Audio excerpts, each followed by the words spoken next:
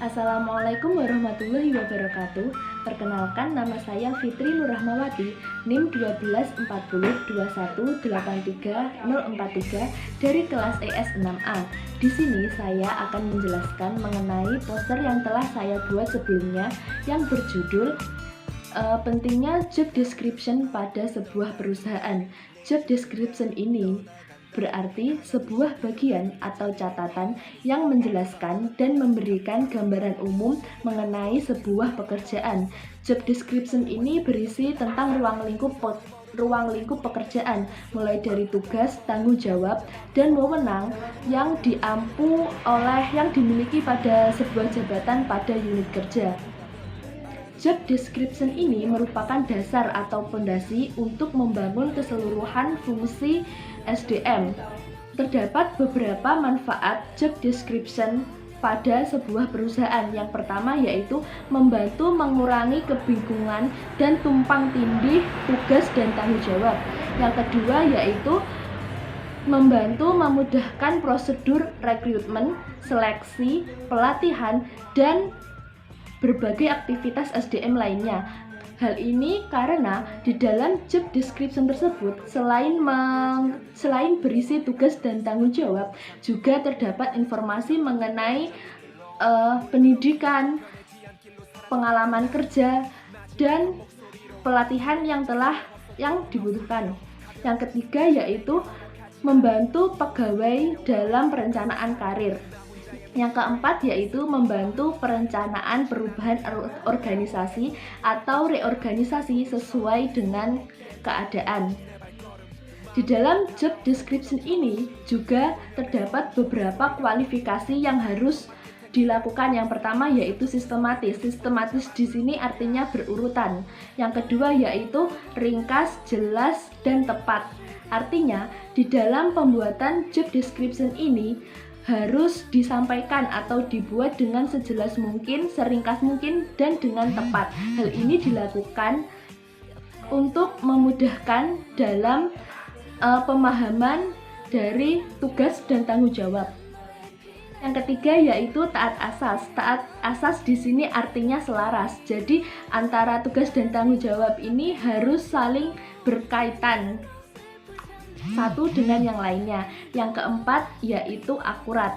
Akurat artinya bahwa job description harus disusun dengan memaparkan keadaan yang sebenarnya terjadi atau yang benar-benar dilakukan pada sebuah pekerjaan tersebut.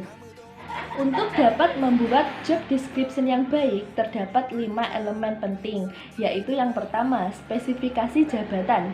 Spesifikasi jabatan ini berisi tentang kualifikasi atau kebutuhan apa saja yang dibutuhkan seseorang untuk dapat mengisi jabatan pada suatu unit kerja. Yang kedua yaitu akuntabilitas.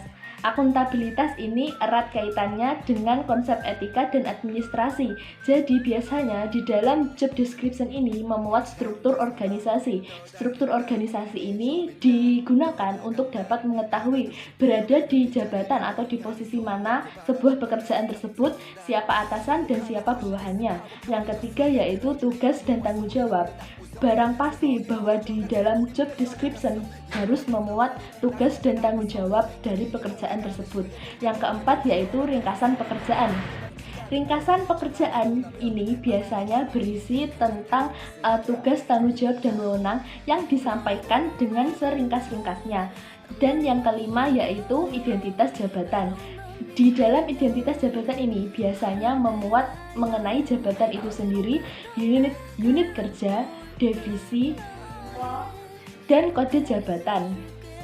Di sini saya mengambil contoh job description pada PT Indofood. Perlu diketahui terlebih dahulu bahwa PT Indofood Sukses Makmur merupakan sebuah perusahaan yang bergerak atau memproduksi mie instan dan makanan olahan lainnya. PT Indofood ini merupakan salah satu perusahaan yang besar di Indonesia.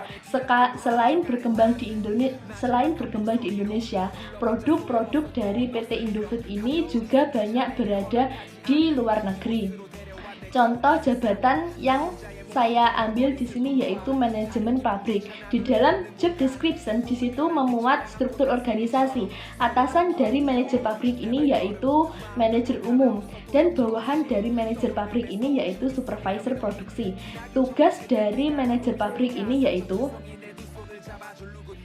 merencanakan, mengarahkan, mengkoordinasi kegiatan manufacturing yang meliputi production planning dan inventory control, produksi, teknik purchasing, dan gudang. Yang kedua yaitu meningkatkan usaha dalam bidang produktivitas kerja dan mengendalikan biaya operasional secara kontinu.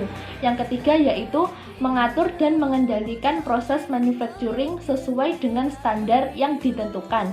Tanggung jawab dari jabatan manajer pabrik ini yaitu mengatur dan mengawasi kegiatan yang berhubungan dengan produksi dan mengambil tindakan untuk menjamin kelancaran proses produksi.